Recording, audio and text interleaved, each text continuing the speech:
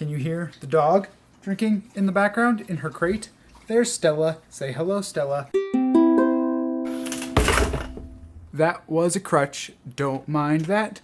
It didn't hurt much, it went splat. I have this compulsion to rhyme things, and I don't know why. You might be wondering, Johnny, why the heck do you even have crutches? Well, I had surgery, which I realize is something you would not have known because I never said anything on my channel that I was going to have, I don't think. I know I alluded to the fact that my knee was hurt, but that was before I actually knew what was wrong with it. I had a torn meniscus, so I had surgery a week and 2 days ago, Wednesday. 3 days ago when you're seeing this, Wednesday. Doesn't change the day of the week. Anyway, I had surgery. It went fairly well. They repaired the meniscus. They cut off a little bit of it. I'm on crutches, partial weight bearing for 4 to 6 weeks, and then I should probably be good to go. It's relatively pain-free. I haven't had pain meds since Friday, maybe Saturday, I don't remember. And honestly, I couldn't be more thankful for how relatively simple of a process this has been, especially when compared to Allie's whole ACL to surgery recovery process. The only thing that's really been consistently hard over the course of this process is getting used to the idea of crutches. I've been on them for a week and a half. I'll be on them for another 2.5 to 4.5 weeks, which at this point just seems like so long. And I've gotten really frustrated and tired and just kind of annoyed by it, but at the same time, I've learned a lot having to carry around these 2 pieces of aluminum and closed cell foam for the past week and a half. So you guessed it, I'm gonna share them with you. Here are 5 things I learned from being on crutches. Number 1, the world is really way bigger than I ever thought it was. I'm a relatively large person, I have long legs, and I'm capable of moving them very, very quickly, which means that on an average day, I get around places really quickly and don't even think about the amount of distance that I'm covering. However, I now move at best half speed, usually like a third to quarter speed of my normal walking, and it is agonizing in some ways, but I'm also just amazed at how much stuff there is that I've kind of been blazing past without even really thinking about it. On the one hand, it's kind of nice because I have to move a little bit slower, and so I have to make myself be a little more relaxed, but mostly I'm just astonished at how much space everything takes up. Number 2, it's okay to ask for help. I tend to be, let's say, independent when it comes to covering my own responsibilities, like with a job or with doing things around the house, and I've had to come to grips with the fact that most of those things are either incredibly hard or impossible to do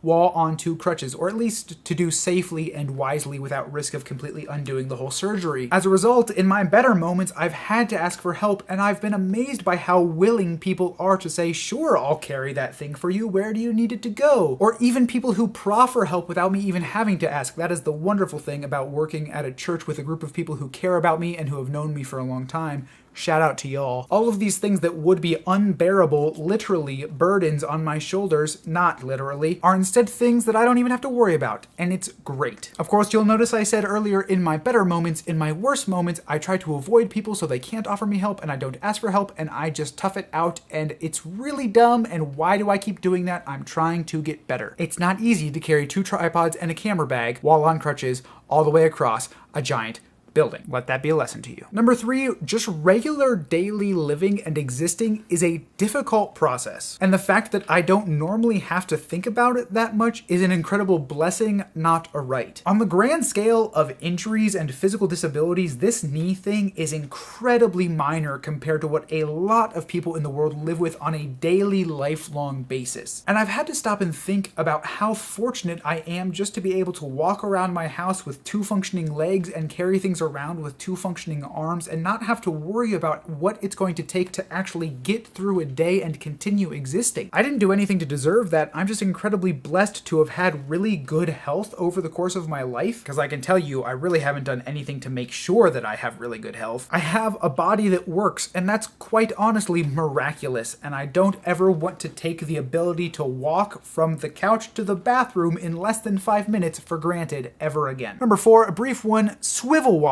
is amazing, and I love physics for the fact that it even works. What am I talking about? Great question. I am referring to the process of holding my left leg slightly in the air so that my foot is off the ground, balancing all of my weight on my right foot, and then slowly shifting my heels and toes back and forth. I have traversed the entire apartment that way while carrying things in my hands that I could not otherwise move while on crutches. This falls into some of those worst moments that I was talking about earlier. But it's again amazing to me that the human body, without even really thinking about it, can figure out how to move itself across fairly large spaces relatively easily, even without one of its legs. No one ever taught me how to swivel walk. It's just kind of a base level instinct that I have that, oh, if I pivot and do the twist in this specific way, I'm gonna move from that side of the building to the other side of the building. It's wonderful, and I love the idea of the torques and the frictions and the forces and the momentums and all of those things involved. You might remember that I used to want to study physics. This is one of those things that really deeply appeals to that side of me. And number 5, most important by far, is that Allie, my wife, is unbelievable. Twofold, I just realized, reasons that she is unbelievable and amazing. First of all, throughout this whole process, she has gone so far massively above and beyond her own responsibilities and the things that she should be obligated to do, as far as taking care of me, as far as taking care of our dog, who, by the way, it's really hard to manage both a puppy and a kitty and a husband who sits on the couch most of the day and not lose your mind. She has never ceased helping me, whether that's getting me a glass of water or helping me get up from the couch or into the bed, or all of the things that I just talked about are really, really hard to do on your own. I haven't had to do them on my own because of her. I'm overwhelmingly thankful for that. I didn't mention her back in number 2 because she deserved an entire number 5 to herself. I know that she's tired and stressed, and I feel terrible that I am partially a cause of that, but I just want to say to the entire public, because I know that she will see this, and I want her to understand how unbelievably,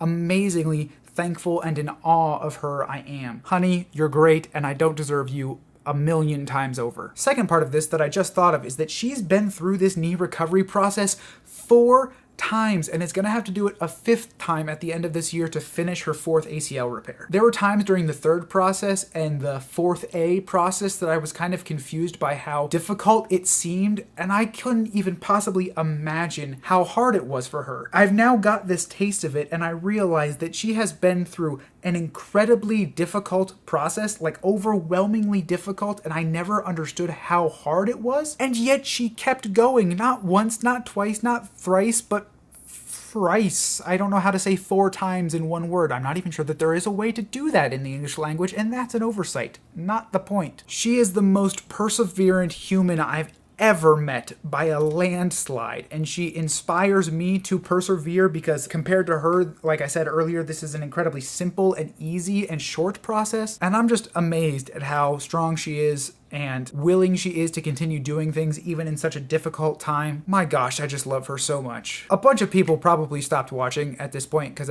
I'm just gushing, but I want the whole world to know, or at least this tiny subset of the internet, that I love my wife. She's great. I love her to death. I'm so thankful for her, and I'm gonna stop being a sap on the internet now. Also, I'm gonna go sit on the couch so I can actually ice my knee, which I haven't done in 2 days. Really should get on that, get that swelling down. See you guys next week.